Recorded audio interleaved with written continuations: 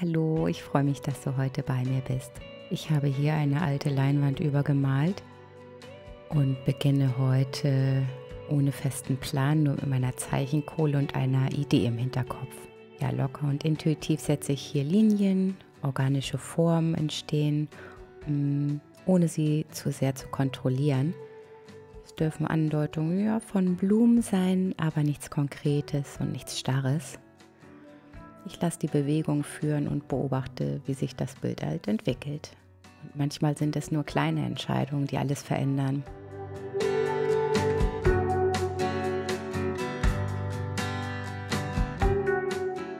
Meine Materialien findest du wie immer unten in der Videobeschreibung.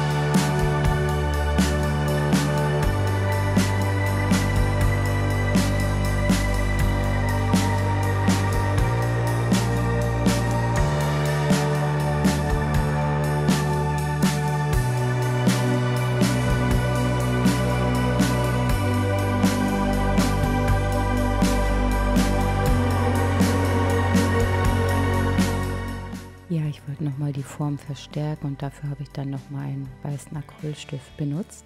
Und manche Linien ziehe ich ganz bewusst nach und andere entstehen ganz intuitiv. Ja, ich finde, das helle Weiß hebt sich nochmal wunderbar vom Hintergrund ab und gibt dem Motiv noch mehr Ausdruck.